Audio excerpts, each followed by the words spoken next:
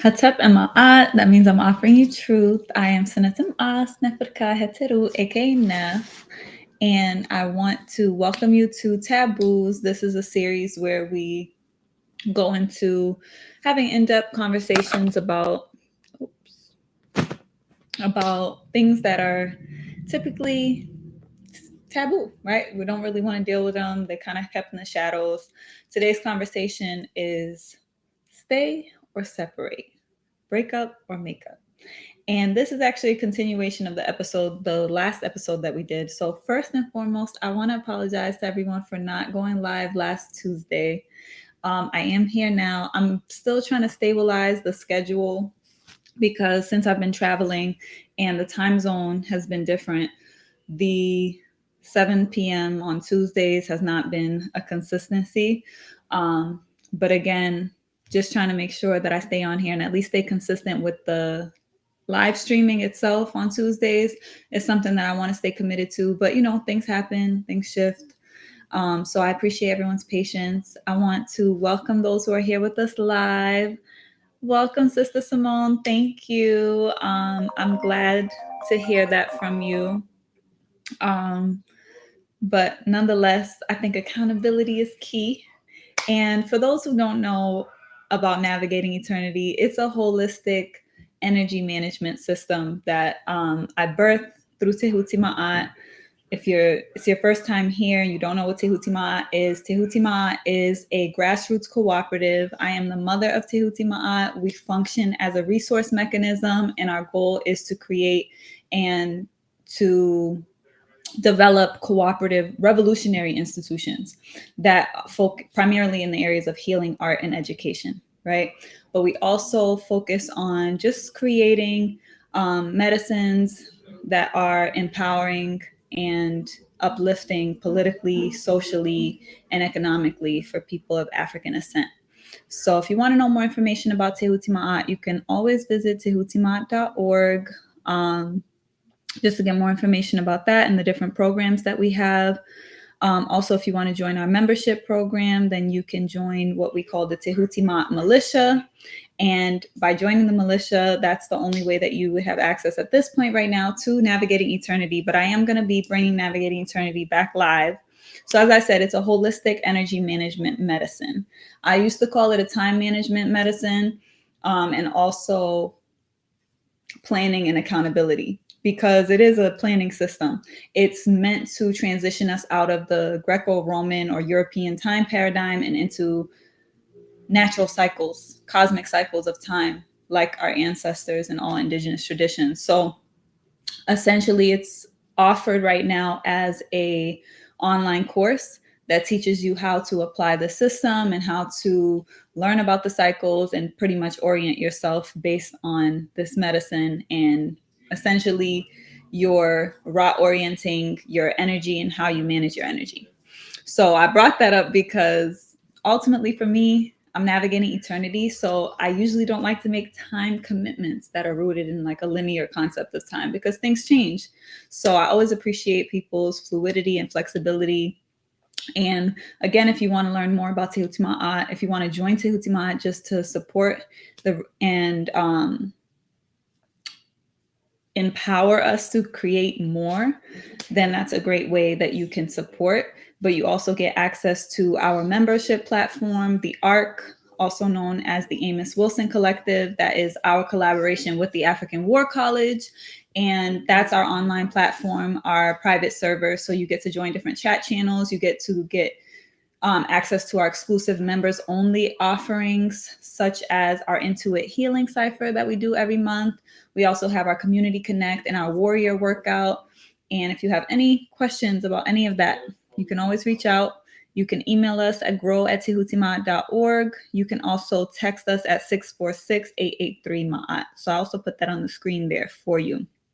And I'll keep that up for now. So I know that our topic of the day, One Love Wale, welcome. So again, if you are here with us live, the benefit of being live is you get to engage and be part of the chat, part of the conversation. You can also let me know if there's a particular time, because I am going to have to be shifting things. Again, when I shift back time zones again next month, then it's going to be difficult to do a later start time, which is why originally I had picked 7, because I was 3 to 4 hours ahead on the time scale. But I do like to engage with people live because that's the whole purpose. And I do hope to add more live streams.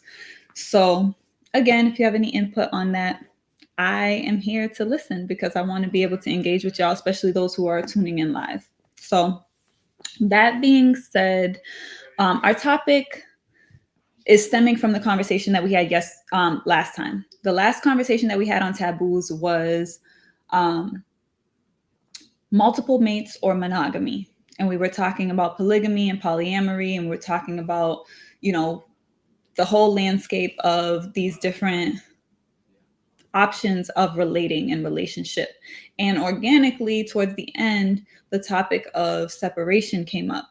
And I wanted to include this topic in taboos, and I felt like it was a natural progression. Even though last Tuesday, when I was about to come on, I felt like, one, I was learning a lot. There was a lot happening that kind of got in the way of me getting on the live stream that brought me a lot of wisdom on the topic. But it was also a new moon.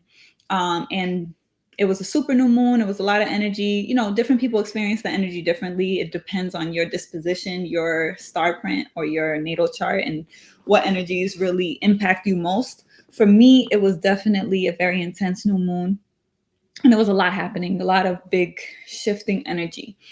And within that, I was thinking about like, oh, should I talk about the same topic if I get on live, or should I just talk about what's happening right now, what's relevant with the new moon? And there was all these topics coming up that were relative to the other taboo episodes that we've done in the past, dealing with sexual abuse, dealing with things like pedophilia, and there was just a lot of topics coming up and being illuminated, especially in the mainstream culture. So sometimes I'd be wanting to take advantage of that narrative, but it felt right for today to just progress from where we left off.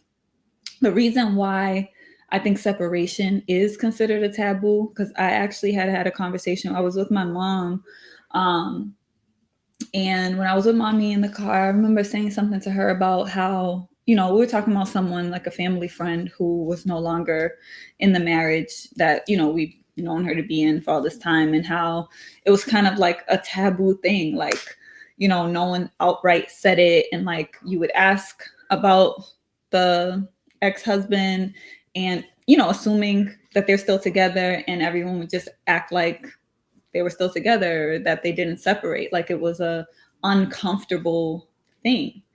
And I've noticed that separation itself is something that people feel is taboo. It's just like a failure of some sort, especially if it's like a marriage, a divorce, or a breakup, or something that you've really attached your identity to. And it's not just in relationships. So I do want us to talk about it in general, because this is really about learning to let go, because that's really what the taboo is. It's what are the things behind that separation? What is it about letting go and moving forward and detaching that is so shameful that we even feel like it needs to be taboo or in the shadows? Because even when I was talking to my mom about it, it was like, oh, I don't think this is something that, well, I don't really like people in my business either. And I'm just like, but if you're not together, when I broke up from a long-term relationship, I'm just like, people ask about him. I'm like, yeah, I hope he's doing well. We're not together anymore. Because to me, it's just strange to act like that's not the case. But also, I think I had gotten to a point within making that decision that I didn't hold any shame at that point. And that's some of the wisdom that I do want to share, is how do we let go and separate or break up, come apart in a way where we are emotionally, it's amicable enough, because sometimes it might not be amicable with both parties. You can't really control the other side of the equation. You can only control yourself and how you handle it. But even still, it doesn't matter sometimes how well you handle it. The other party can still not take it well, which makes it difficult to make it a mutual, like, peaceful separation. The other thing is there's all these emotions involved. So you really have to allow yourself to face those emotions and to heal through them. And I think that avoidance of not wanting to deal with those emotions is what creates a lot more pain and deeper attachments, because being with the person or with the thing becomes such a part of the person's identity and security, and all of these things now become externalized. It's not internal within, so it means a lot more to remove oneself from a thing that you now are attributing to your security and your stability and your happiness or whatever it may be, right? You're identifying with it so much, or even identifying with being in a relationship, not wanting to be single, or all of those things are pretty much taboo. So welcome, Nini. Nini said, especially for women, it is taboo. Yeah, I do agree with that. I also think that, especially with age, like there's a lot of different factors that come about, because certain things are more socially acceptable depending on the context of the situation. So it is a sociological thing that we're talking about, because it depends on what is the social norm and standard, and what are the projections that come from outside, from the society, that would even make one feel those emotions. So I think the more that you are stable within yourself, as I said, and the more that you're able to be centered within and not so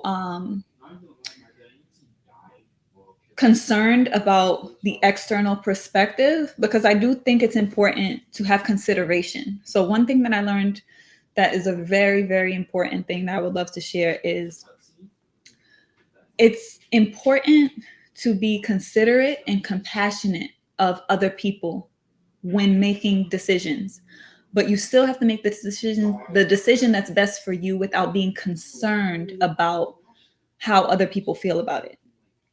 You can do that and still be compassionate and considerate in your approach to making a decision that's best for you, because usually it's that people pleasing, it's like a lot of these other dynamics that make us self-sacrifice to stay in situations, and or make up in certain situations because it feels easier. That's not always the case, though. But in the case of it being taboo and what it pushes people towards, it's more so this ease and not really wanting to deal with these uncomfortable emotions. And that's essentially what we'll be talking about today. So if you are here with us live again, you can put your comments, questions in the chat. You can be part of the conversation. I will drop the invite link. If you want to actually join the live stream, you can do that also. So I'll go ahead and put that in the chat. And for if you haven't been here for our Taboos episodes before, one of the main reasons why I do these episodes is really as an opportunity to have some real conversations that shine a light on things that we usually don't want to think about, or we're usually not conscious of because they're subconscious or in the shadow, or, just not in the light. They don't have that space because it's taboo and it's usually not talked about. So the opportunity that I see in it is also to share sacred wisdom teachings, from ancient African Kemetic science, because I think that we tend to have conversations and explore things from a modern perspective that's not rooted in our ancestral worldview. So I love to use it as an opportunity to share with people sacred science from our ancestral tradition in Kemet. So any ancient African worldview and spiritual perspectives is what I like to share. So I'm going to make sure that I share some of that today. If you don't know me, also, I am a sacred wisdom keeper of ancient African sacred science. I'm a high priestess of Kemetic spiritual science. So these are all things that I'm very passionate about personally. And as a healer, recognizing that that healing is really within, and that it's just an illumination to allow others to see how they can heal themselves, essentially. So that's the goal with this, because the whole planet is in a process of healing. So this becomes an opportunity to just offer people some wisdom that can support them in navigating things that are, pretty common in our day-to-day life. We're constantly connecting and dividing and separating. So I want to give us a deeper perspective on why separation is viewed in the way that it is. And I hope that you'll find that helpful in navigating, these life decisions in the future, and also taking into consideration what you're learning right now, actually, in this cycle that we're in, up until next year, when while the south node of the lunar, if you're not familiar with the astronomy, there are these two lunar nodes. In astrology, it's known as the nodes of fate. And the south node is right now in the sign of Ma'at, which most people know from the Greek interpretation as Libra. And that energy really governs our relationships, one-on-one partnerships and connections. So it is an energy that does tend to be people pleasy, wanting to keep everyone happy. It is the sign of justice, right? And equanimity, right? Wanting to keep things balanced. But there are lower octaves or expressions of that energy that tend to be self-sacrificing. And it's very important that right now, as a collective, that we're all learning to let go of those lower expressions of that energy and move into the higher expressions. And we're really being pulled by the north node that's on the opposite end of that axis, which is Amun, or Aries. And that energy is really about our identity and being true to ourselves, and that passion and that fire and that spark within. So that's what's really guiding us, is our individuation, our individual identity, and being true to that, because Ma'at is the sign of truth. Right? So we've talked about that a lot in other episodes, because every time we have these conversations, we want to make sure that we keep them in balance. So even though I'm talking about separation right now, what I'm really talking about is separation in relation to union. There's no need for separation, or separation doesn't exist if there was not union to begin with, because what are you separating from?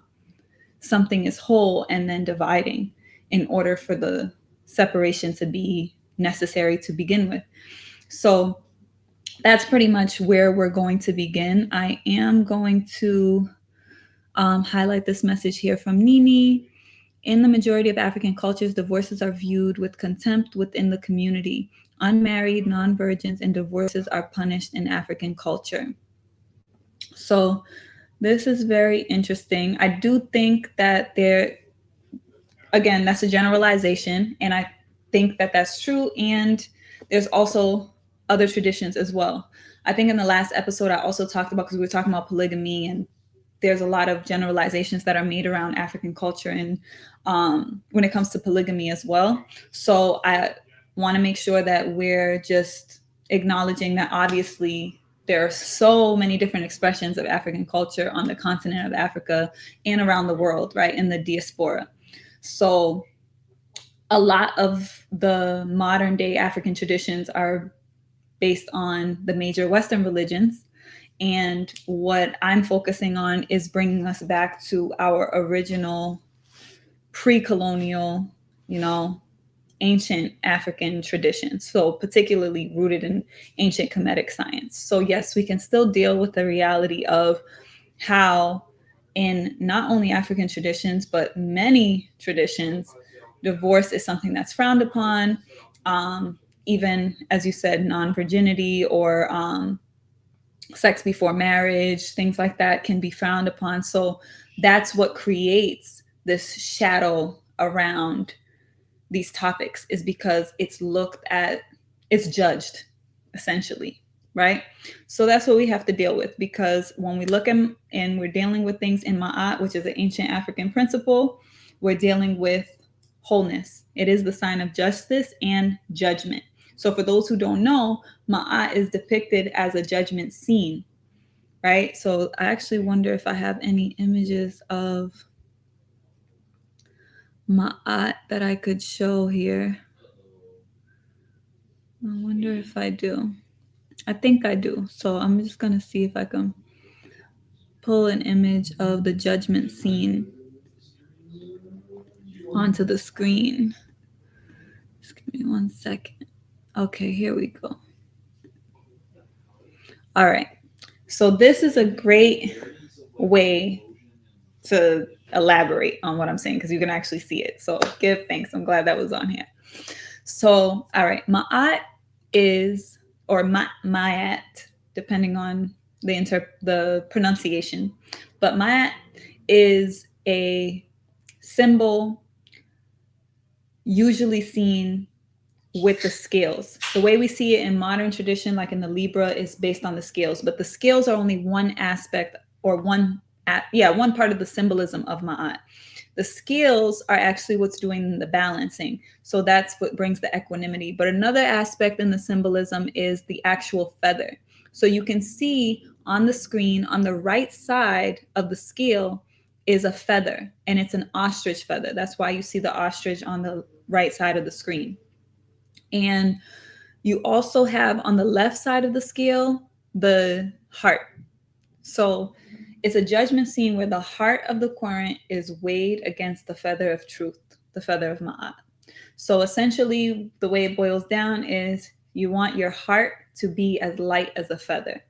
And ancestrally, we've seen every single day as judgment day. So, yes, at the end of anything, the heart is weighed. So, at the end of a life cycle, right, the spirit goes through the judgment hall of Asar, where the heart is weighed against the feather of truth. But symbolically, we express that every day was judgment day.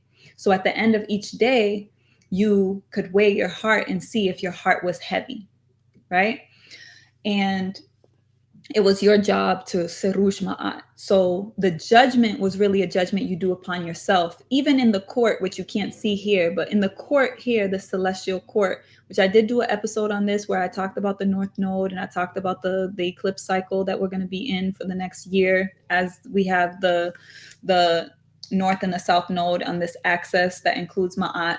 I did a live stream about the celestial court. So you can find that on our channel as well if you want to get more in depth about this principle of Ma'at and how to apply it practically, because I talked about the 7 elements. I think I talked about 7 elements of Ma'at. So anyway, my point here is to say that it was a moral inventory you do on yourself. You judge yourself. And in the court, there are also judges. And then there's witnesses, but these are all faculties of yourself. Like the Mesuheru, for example, are the 4, people know them as the canopic jars, Mesuheru, the children of Heru. The canopic jars people usually see when you go to the museum and you see the mummies and you see the 4 jars, and the ancestors would keep certain organs inside of each of the jars. You had the lungs, the liver, the stomach and intestines. So essentially, those were the witnesses that would actually testify for you at the judgment scene, because you were being judged on how you lived your life. The quality of your body and your organs were also testifying for you. So it's all an expression of self, because Ma'at is wholeness. It's not one side or the other. It's the whole picture. It's universality. It's cosmic order. It's the totality of the 2 polarities. It's not duality or the separation of the 2. That is represented by the complement of Ma'at, which is Tehuti. Tehuti representing the left and the right hemisphere of the brain, the intellect, while Ma'at is representing the heart. So when you see these complementary energies of Tehuti and Ma'at in all of our cosmology, our ancient cosmology and Kemetic science, there's always a couple. So you have a masculine and a feminine element. So Ma'at was the feminine element and Tehuti was the masculine element, and they're a couple. So they always have to be seen together. They express themselves together. So you synthesize your heart and your mind. So you use your intuition and your logic. So again, this is how we want to approach these taboo conversations, because we can have our biases and we can look at it one-sided, and we can also look at it from a lens of judgment, and that doesn't allow us to have the conversation. We have to have these conversations anchored in this principle, because you have to recognize that you can only judge things for yourself, because in the expression of you, that's the only way that you know the whole picture. You can't know the whole picture of anyone else's life. You haven't lived it. You don't know what their childhood is. You don't know what all of the different aspects that go into what that person's experience is to know what's right or wrong for them. You can only know what's right and wrong for you. So that being said, when it comes to something like separation, staying or separating, or uniting or dividing, or however you want to look at this polarity, you have to make that judgment for yourself. That's always how it has to be. But I want to introduce another principle here that I have shared before in order for us to talk about this, because the idea of separation and union is technically a paradox. Okay. So the principles that I have on the screen right now are Nut and Geb. Okay. So this is another couple where Tehuti is universal law, complementing Ma'at, cosmic order, right? The mind and the heart. Nut and Geb are representing the cosmos, the heavens, the feminine, and the earth, Geb. All right. So heaven and earth. And it's the complementary principle, and it's inverted from the way that we're normally presented, with the idea of Mother Earth and nature being, or the physical earth being a feminine principle, and there being a male Godhead that is in the heavens. It's literally the opposite in our ancient tradition. The masculine energy was the earth, the physical earth that erects vitality and vegetation. And the heavens, the darkness, was considered the womb, the cosmic womb of the night, or Nut, where the word night actually comes from, Nut. So in these images, you also see another figure that's literally standing in between the two. So Geb is the one laying across the bottom, and Nut is the female with the body arched on top. And you have another form, male form, holding her up, and he has a feather on his head. So this is the principle of Shu. Shu is the air or the atmosphere. And it's paradoxical because, one, you can look at the air or the atmosphere, which also has a feminine complement known as Tefnut. Tefnut is the moisture. She is the moist air, right? And Shu is the dry air. So they are seen as both separating the heaven and the earth, but they're also seen as dividing the heaven and the earth. So again, it's paradoxical in that way, where it's both and, right? And that's the main aspect of African, in African cosmic worldview, is it's both and, not either or. So yes, and if we're dealing with separation, we have to deal with also union. It's the same way when we look at something like death. There is no death without birth. And death provides way for rebirth. So separation provides way for reunion, right? That doesn't necessarily mean reunion with the same person, but it can be reunion with yourself, because ultimately what we attract are reflections of ourselves. So when we're in a certain relationship and connection, I think the best thing that we can really ask ourselves is, what is this person reflecting of me? You can also ask, what am I reflecting of this person? Again, paradox, but really, I think it's easier to look at, because you know yourself enough to see that anything we see in anyone else, we have in ourselves to a degree. And that's how we're able to see it. Because even the idea of separation in terms of us being individuals is also fall into the same category. Yes, we're in our own bodies, but this is one thing, one ecosystem, or one organism that we're a part of, right? This earth body. We only have this physical form because we're part of this body. We're part of this environment. And it's important to recognize that when you're trying to discern whether you should stay or separate within a situation or a connection, a relationship, or any type of partnership, a friendship, you have to be clear on what is being reflected. And it comes to a certain point where that shift happens, where it may be necessary to separate. And again, that separation makes way for a reunion of yourself. And it could be with the space for growth and healing apart and coming back, or it can be reunion through another reflection that actually reflects the truth of where you are now. Because that's really what happens. Is it's sometimes it's more about the togetherness. The union is about coming together, right? Forming a union and bonding, to things, to seemingly separate things becoming one. But the apart or the separating is growing apart. Sometimes we can grow apart. And when we grow apart, that means we've gone in different directions. So that means both parties now have to attract what would reflect them in the growth that they've expressed as they completed whatever that cycle was in that connection and in that relationship. Things do come to an end. And that's one of the things that we have to contend with. Just like death is a taboo thing. Even though we're in a death culture that promotes death in every way, somehow it's still seen as something taboo. A lot of people are afraid to think about death, to prepare for their death or for the death of their loved ones, because it is something that's taboo. So it's something about us not liking for things to end or to come apart, because what that means, and because we're usually not looking at it holistically, and because of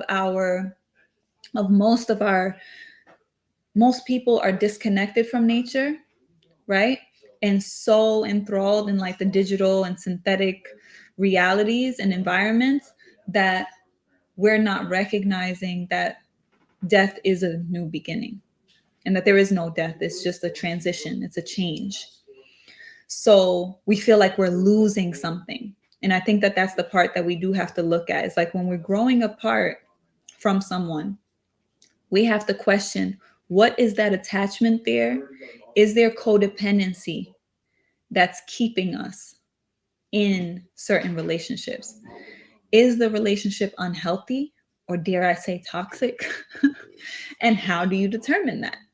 Because you have to judge that for yourself.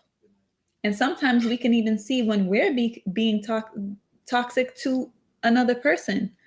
So again, ma'at is a really great key or guiding point to discern, because ma'at means you have to be authentic, you have to be true. And you can't just want to not hurt someone if you want to be in ma'at, because ma'at is honesty and truth. And I think the best way that we can serve each other is to be true and authentic and honest. But again, that has to start within ourselves.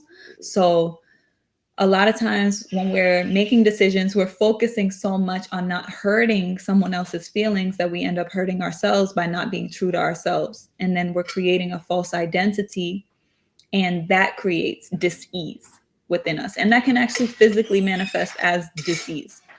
So those are all things to take into consideration. And because I mentioned discernment, I'm just going to put back on the screen here the judgment scene of Ma'at, because there's also a figure here that has, you can see the priest here with the mask of the jackal, looks like the dog head. So that mask of the jackal is representing a principle known as Anpu. Some people know it in the Greek interpretation, which is Anubis. So Anpu is, you know, what they say, the dog is man's best friend. Anpu is the guide, right? Anpu guides through the underworld. Anpu is the principle or the force of nature that is discernment. And the reason why the jackal is the symbol used here is because the jackal and most canines have a strong sense of smell. So the jackal cannot digest the meat of its prey right away. it has to decompose to a certain degree. So when it kills the animal that it's going to eat, it buries it, and it has to wait until it decomposes enough before it actually consumes the flesh. So it's known for going back to where it's buried its food and discerning if it's ready or not to dig back up and eat. So it's a good sense of judgment, good sense of smell, right? That keen judgment. That is what discernment is. And take that symbolism into consideration, because it is a patient energy, discernment. You don't have to just know. That's more intuition, can be very instant, but discernment takes some time. You allow it to decompose and you come back and, okay, it's observant. You catch the scent and you follow it, right? Like, think about the symbolism of this nature and why ancestrally we used the jackal to symbolize this principle, right? So that's one of the key things that's important to recognize about ancient Kemetic science is a lot of people interpret it from a Eurocentric perspective based on Egyptology, for example, where they say, oh, okay, these are gods and goddesses. And that's not what it is, right? These are natural principles and forces of nature. So the same way that, we have words for certain things like an atom, right? Or the sun. That was the same way we said Ra, the sun, and Atum as the impulse to creation, right? The atom, the smallest possible thing that we can look at, right? And literally the word still comes from its ancient African root, right? Atum, atom. So these are things to take into consideration as you start to expose yourself more and more to ancient African science, because the way that we look at it has to be seen from that same cosmic worldview that we had ancestrally, not from the perspective and the interpretations that are given to us now. And the best way that we can do that is through embodying the principles or connecting with the principles directly through our interaction, our connection to nature and to ourselves. So that being said, the discernment is really important. And I am going to look at some of the comments coming in also, but I did want to put Newt and Geb back on the screen briefly because I wanted to talk a bit about that paradox again. Another way that this energy or these energies are seen as paradoxical in the mythology that I want you to think about symbolically is sometimes it's expressed that Newt and Geb were the parents of Shu and Tefnut, right? Sometimes it's shown that Shu and Tefnut are the parents of Geb and Nut. And what it really is it's the paradox that I described. It's both and. So paradox is a seemingly absurd or self-contradictory statement or proposition that, when investigated or explained, may prove to be well-founded or true. It's a statement or proposition that, despite sound or apparently sound reasoning from acceptable premises, leads to a conclusion that seems senseless, logically unacceptable, or self-contradictory. So again, how can these energies be depicted in this context as both the child and the parent? That's the essence of what is being described. It's a paradox. Like, when we say what came first, the chicken or the egg, when you think about it, there is no end because we're talking about something that's in a continuum. So the idea of separation itself can only exist with union. And the idea of union can only exist with separation because two things have to be apart in order to come together. Thus, that's the essence of the paradox. So how do you navigate that in a practical way in your life with yourself? Is you have to strip it down to the energy, because we can be so attached to identities, to personalities, that we don't see what's happening energetically. That's why a lot of times people can, for example, cut someone out of their lives and then attract the same energy in someone else because they didn't actually deal with what the lesson was or what the purpose is of the connection to begin with. Because everything that we attract and everything that we experience is ultimately for our soul's growth and development. So it's not about the personalities and the people per se. It's about the energetics of it. So when we go into our ancient tradition, it helps us to kind of strip away, but it uses personality and personification, right, through the mythologies to allow us to connect with the energies and know what we're dealing with. But in order to deal with symbols, we have to be able to look at the energy itself. And that's where we actually unlock the mystery, right? It's not that it's hidden.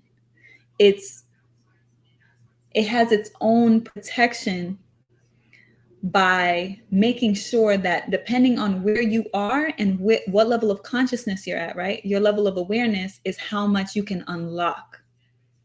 And you can always come back to it and unlock more, right? So I hope that makes sense. I'm going to go ahead and look at some of these comments here.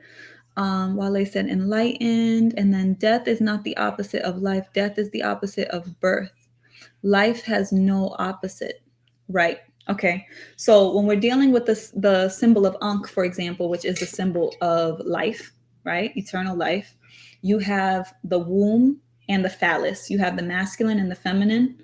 And then you also have the arms of the Ankh, which represent the children, or paradoxically, the ancestors, which are one, right? Because it's a rebirth process, a recycling. The new life is old life, right? It's a continuum again. But death, being the opposite of birth, also allows for rebirth, right? And it's a cycle. And birth also allows for death or transition. So it's all about, again, how you look at it. But again, when you look at the principle in Ma'at or in totality, you have to hold both sides of the opposite. That's why in Ma'at, there's two sides of the scale. It's literally the synthesizing of the polarities that exist in all things in this realm and dimension. There's always that positive and negative charge. That's how we get the magnetic field, right? By the way, I wonder if people have been feeling anything with the geomagnetic storms that have been coming through. Welcome, Sky High. Blessings to you. Thanks for the love.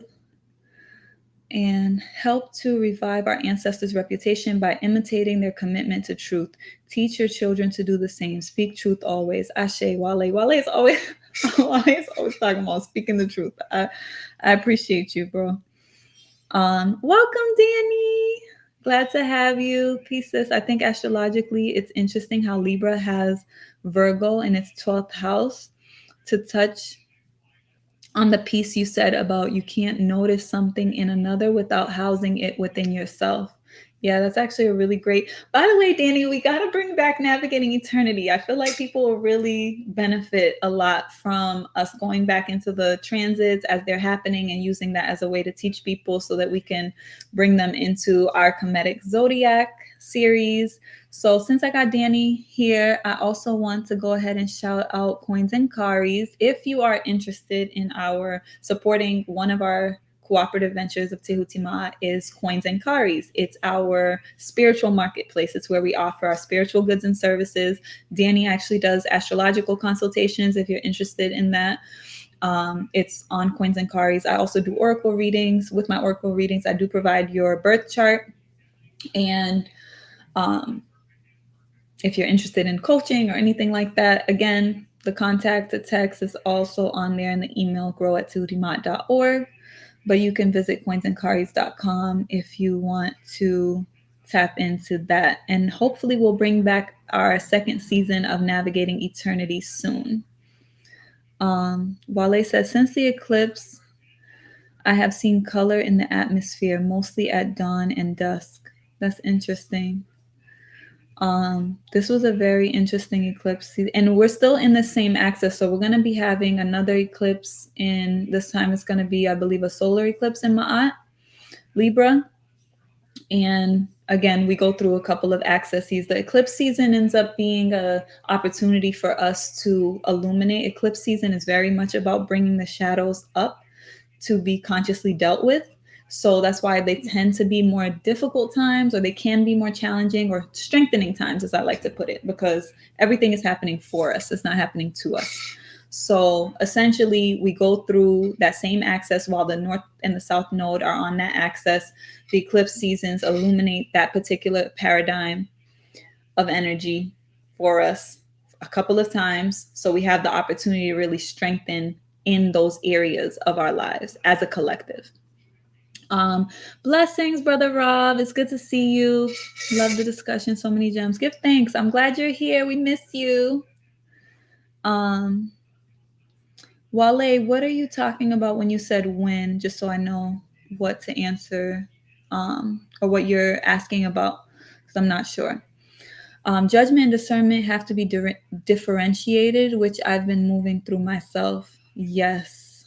I've been thinking about this judgment in the context of thinking about what is the best way to create what it is that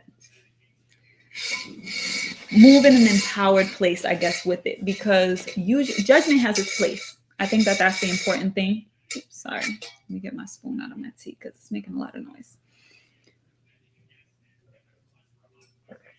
Judgment has its place, which is when something is complete, right? If it's not complete, then we can't necessarily judge it. That's the thing that we have to think about. So again, you can judge your day at the end of the day, right? Which is why we had the 42 covenants or declarations of Ma'at. We said the covenants in the beginning of the day. I will not kill, I will not steal, I will not desecrate holy land, or whatever it may be. And then at the end of the day, you said, I have not stolen, I have not wasted water, I have not laid waste on the plowed land. If you come across something that you have done, then you then create that balance based on the judgment you're doing for yourself. I think that the issue that we have with judgment becomes one-sided. I did talk about this extensively when I talked about the 7 elements of the cosmic court of Ma'at, and I talked about grace being one of them. So I've been uplifting grace to complement judgment, or to where judgment is not in Ma'at, right? If the judgment is not in Ma'at and it's really being you judging someone else, which we tend to do, is we tend to see things and then we want to characterize it based on ourselves and our experiences and what we see. And then we even feel justified in that. But to be in Ma'at means we have to have the whole picture, the whole story. So I think that humility and grace are very important when it comes to distinguishing judgment from discernment, because with grace and humility, we ask why. And that's where the patience that comes with discernment is key, because you can't jump to a conclusion or an assumption or a judgment if you give grace, space, and you humble yourself to ask questions and to know why and get more information. And that's the space that I feel like we have to move into when it comes to all of our relationships and connections, because one thing that tends to stifle most connections is judgment, because we are looking at the other person from the lens of where we are, instead of with the curiosity to know what their experience is. And part of that can also be with, feeling like something is right or wrong, because that's another aspect of judgment, is like, oh, this is right and this is wrong. And the idea of righteousness. And in Ma'at, the idea of righteousness, again, is an internal moral check that you do on yourself. Are you being true? Are you being honest? Are you being authentic? That's the value paradigm. So we have to make sure that when we look at these principles, that we're putting them in the context of a cosmic, African-centered value paradigm. And I mean like ancient or indigenous, nature-based value paradigm, right? So let's go back here. When is the next eclipse? The next eclipse season, I believe, comes in on August. No, that's what my sister said. She confused me. Hold on, let me confirm. The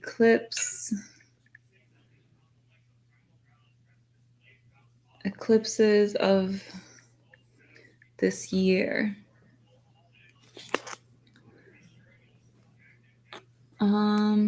Yeah, September. So we'll have another eclipse season September and October. All right. And what else we have here? Brother Rob, give thanks. Hope to dial back in very soon with everyone. Yeah, we're here. We're always here, Brother Rob. And shout out to everyone else in the Tehuti Ma'at Militia in the house. Okay, Wale says the easiest and quickest method to have everything you want is simply to want everything you have. Yes, you're speaking to gratitude. I think that gratitude also takes humility as well. Sometimes I don't like the word humility, but I think it expresses something very important, which is just the surrender. You know, I talked about in one of the episodes, I think it was the same episode that I had put this slide up. I'm going to put it up here, the Ka, the symbol of our life force, and how the Ka, is pretty much the hands raised, and it's like a energy of surrender, right? It's like, it's praise. It's just also just like this, like, there's more than this. There's more than that which I am, you know? And I think that that's what's necessary for gratitude is we have to just be willing to know that there's more and to have that appreciation and to not feel entitled to anything. And yeah, that's what feeds it, right? Energy grows where energy flows. So again, we can talk about what we don't want. For example, that's what I was getting at when I was saying I've been looking at judgment in affirming the opposite, which is grace. Not saying that there's anything wrong with judgment as a whole, but I mean that judgment that happens from a place where like finger pointing and kind of like making judgments that we really can't make because they're not on ourselves or for ourselves. We're making judgments of others.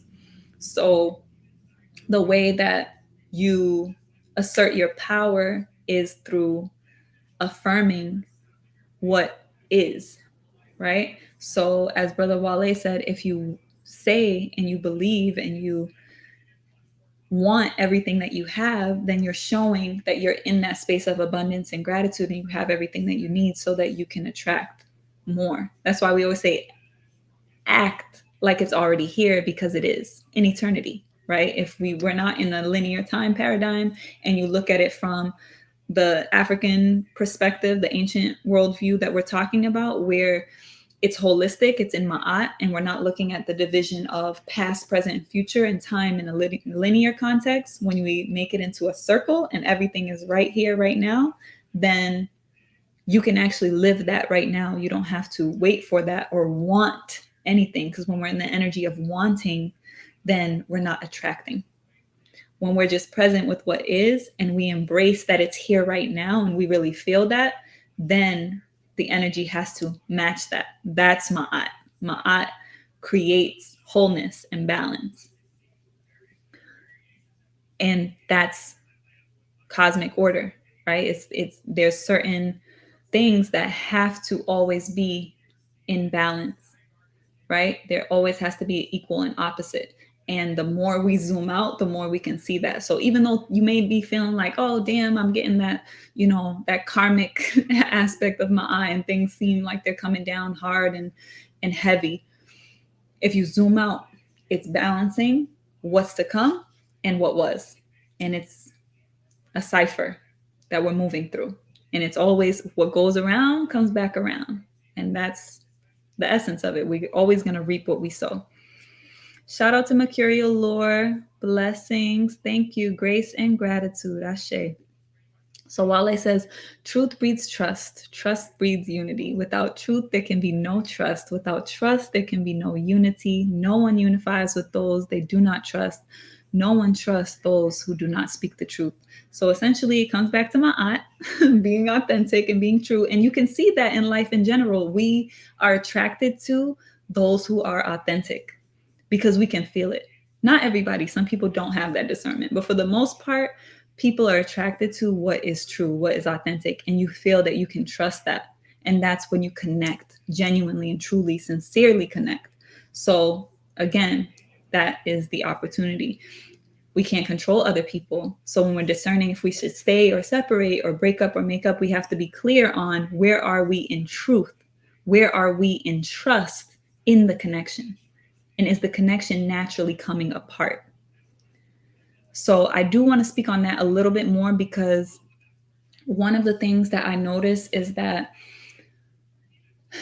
a lot of the so-called negative emotions or things or aspects of life, we judge them as bad. And in Ma'at, we can't do that because they're necessary. The gravity of life, the negative things are balancing the positive things. They give way for the positive things to exist. And ultimately, we're striving for that merger, that union, so that we're not experiencing fluctuations between the two. We're just existing in what is and allowing what is to be and learning and allowing our experience to be neutralized, right? That equanimity, that ma'at, symbolizing that centering. So when we look at the idea of separation, again, we have to see its purpose. And we have to know that there's lessons and wisdom, there's medicine in separating. And that's what we have to think about. I often think about this for our collective spirit, and I think about the separation of Africa, which is epitomized in the mythology of the Trinity, right? Ast, Asar, and Heru, the original Trinity. When Set, the jealous brother of Asar, the ruler, kills him and chops his body into 14 pieces, right? The 13 pieces the body, and then his phallus, his erection that Ast and Nebutet did not find to bind together to reunite the pieces of his body and to do the ritual for his resurrection. But those 13 pieces were the 13 colonies of Africa. So it's a microcosm and a macrocosm. Again, it's a paradox. It's happening to us on an individual level with the pieces of ourselves that we have to put together, but on a macro level as a collective, our collective African spirit also has to unite the pieces of the continent that have been separated. And then that erection, that phallic principle that's necessary is the diaspora, right? Because the erection lets out the seed that is spread all over the planet right now. So all of those things are important because one, they give us purpose, right? Within and broader, right? In the age of Hapi or Aquarius, where we have to hold our individuality and our unique expression in our individual bodies and our collective responsibility and see them as whole and one and exist in that paradox. That's ultimately what all of this is. It's not just ideas and thoughts to just entertain and dance around and they sound good. It's how do we actually apply it? How does this actually empower us in our lives to move through the adversity? And as my brother Pepe would say, the adversity is the pathway to transformation, right? So seeing the necessity of the separation, as challenging as it may be, as difficult as it may be, that separation forces us to see and contend with things that are heavy and dense, and it doesn't feel good, you know? The judgments of other people are one thing, the actual feeling, the instability, the not knowing, the trust that something else is going to come, all of that is part of the process. All of that is wisdom to be gained. All of that is emotional data to be experienced and moved through, right? So trying to avoid that is only stifling our own growth. So that's the essence of the taboo that makes it dangerous, right? Because if it stays in the shadow, we don't gain all of that wisdom. And that means we don't go through the growth, or we stifle or delay our growth.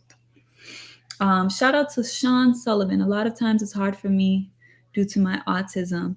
What do you mean is hard for you? I'm curious as to what you're saying is hard for you.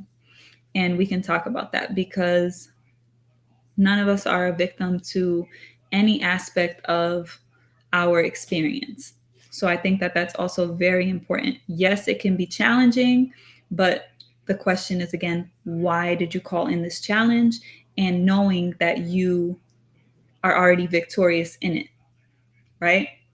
Seeing that, affirming that, and moving in that truth, right? Because affirmations are not just about saying things just to say them, and you have to actually create them, right? The active component, that's our masculine. Happiness is fission, decision. Okay. Happiness is a decision. Okay, I got you. I was getting confused there. Truth is what is. Okay, and then I'm gonna look at Danny here. It's really interesting how the subconscious finds ways to project its insecurities to provide itself comfort in the face of uncertainty. Not everyone can truly love authenticity because it is flawed. I think that that's the other thing that is important for us to look at is like knowing that our flaws are still perfection. And why do we even perceive them as flaws is because we're looking at them in the context of an ideal. So, what creates that ideal? Where does that ideal come from? For example, with the brother Sean that mentioned the autism, like, what is the autism expressing a deviant? Yeah, it's showing something is deviated from the norm, right? But what is that standard of the norm? And how are we judging that? As if it's best or better? Because in ancient cultures and traditions, there were other people who were seen as like divergent from the norm, were seen as special and honored and had particular roles for that reason. So I think that the problem in our society right now is that there's this idea of perfection, and then it's so much chaos. We're not even existing in order where we value people enough to know that every person has its place and we need them in that space. Instead, it's like this cookie cutter, like this is what is, and now everybody's trying to do the same thing. And if you're not in that thing, then you feel bad about yourself and you're casting judgments upon yourself. And we're disempowering so many people. And that's only happening for the purpose of exploitation and exploiting and co-opting and usurping people's power. So it's an intentional thing. But when you think about it from the context of the masses of the people, no, that's not the direction that we need to move towards. We need to move towards a more empowering and orderly place where people are in their proper positions. People are not just in these positions of authority because the bloodline that they came from or the social constructs that are created to put them there. It needs to be based on what? More substance. And those are the things that we have to develop, but we'll never develop them if we don't feel like we have the authority or the power to do so.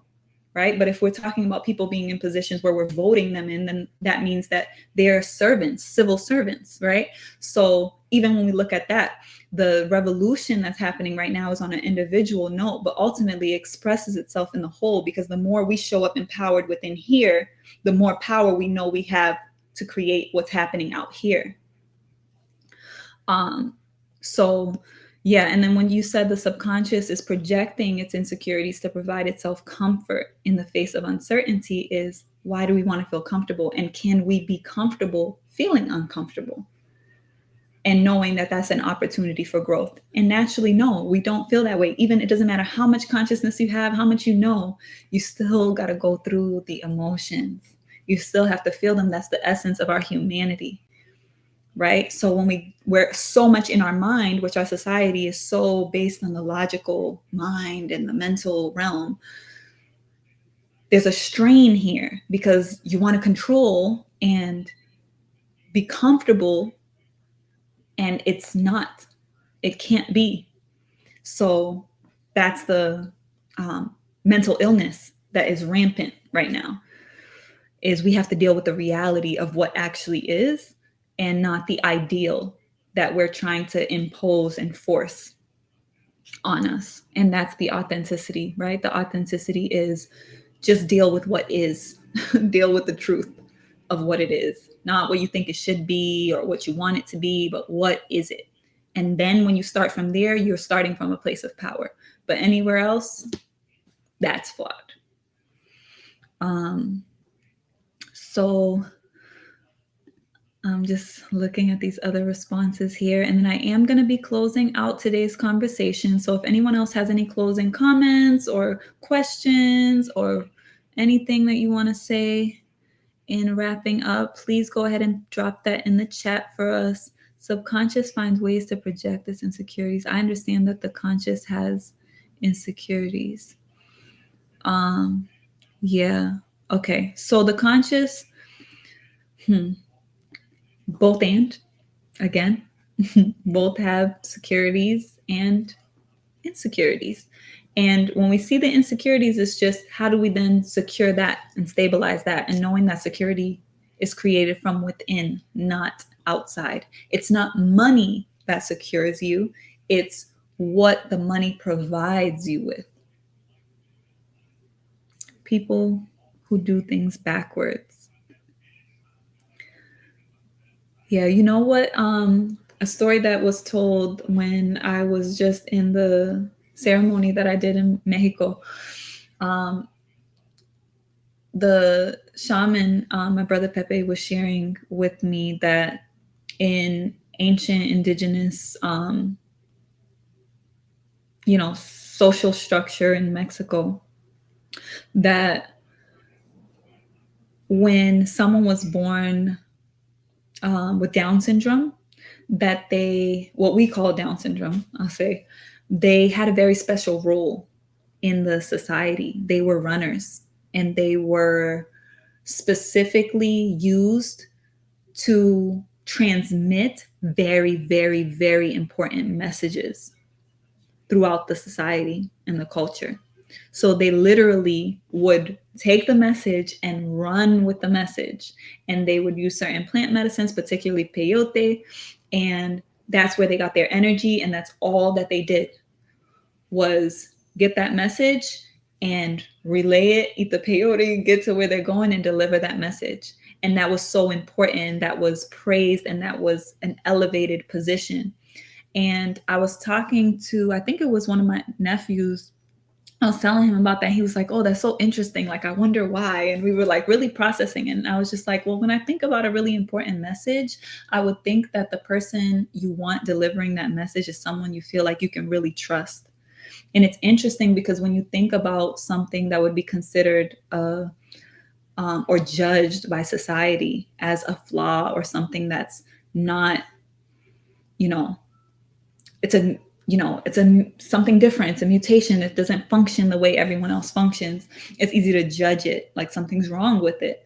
But I thought about, like, what is the benefit? Like, whenever you lose a sense, you gain a sense, right? So that's how my eye expresses itself. It balances itself. And I was like, I really feel like people who have Down syndrome, in my experience, have been like the most loving and like heart open, trustworthy people. So that made sense to me. I don't know if you get what I'm saying, but we had a whole conversation about it. I can't expand on the whole the whole exchange that we had. But yeah, to me it made sense, right? Like, everything is everything. So the humility that we have to have is that everything happens for a reason. So is it really a flaw, or is it just an expression of something that's needed? And can we have the openness to see what's needed and to trust that it is needed, so that it can find its way and find its place and its purpose? Beautifully spoken. Ashe, give thanks. Truth is power. All right. We appreciate the wisdom that you always share. Give thanks, Sister Simone. I appreciate you so much, sis. So much, more than you know, because you got me here. Because I have been navigating through a lot. Every time I get on these live streams, or I'm about to get on these live streams, it's a battle more than y'all know. Like, I'll be going through, like, it's like all the energy comes to like prevent it. And I'm just glad every time I make it on here, and I appreciate all of you who are here and who appreciate it, and those who come and catch the replay afterwards. That's what it's all for, is to transmit the message. Power, Mercurial Lord, thank you for being here. Danny, shout outs to you. Thank you for being here. Truth is power, knowledge is knowing that. Ashe, Nikki Giovanni's ego tripping. I don't know what's going on with Nikki Giovanni, so I don't know what you're talking about, Brother Wale, but I will see if I can figure out what's going on there. And give thanks, Danny. I am your reflection. I mirror you all. Thank you for sharing this space. Thank you, Sky High. Thank you for being here. I appreciate all of you. Again, if you appreciate what's being offered here, I do want to invite you to support the channel. You can leave a contribution on our Cash App. It's $ Tehuti Ma'at World. You can also join the Tehuti Ma'at Militia if you want and you're interested in being part of our community and the different offerings that we have. Oh, it's a poem from Nikki Giovanni. Ego tripping. Okay. I thought you said that Nikki Giovanni is ego tripping. I'm like, I don't know what's going on in pop news, but okay, the poem. I don't know if I'm familiar with that poem. I have to go and look it up and see. And maybe I'll share it on our next episode. So again, I plan to be here next Tuesday. Give me grace. We'll see what time I can get on here. Might not be at 7.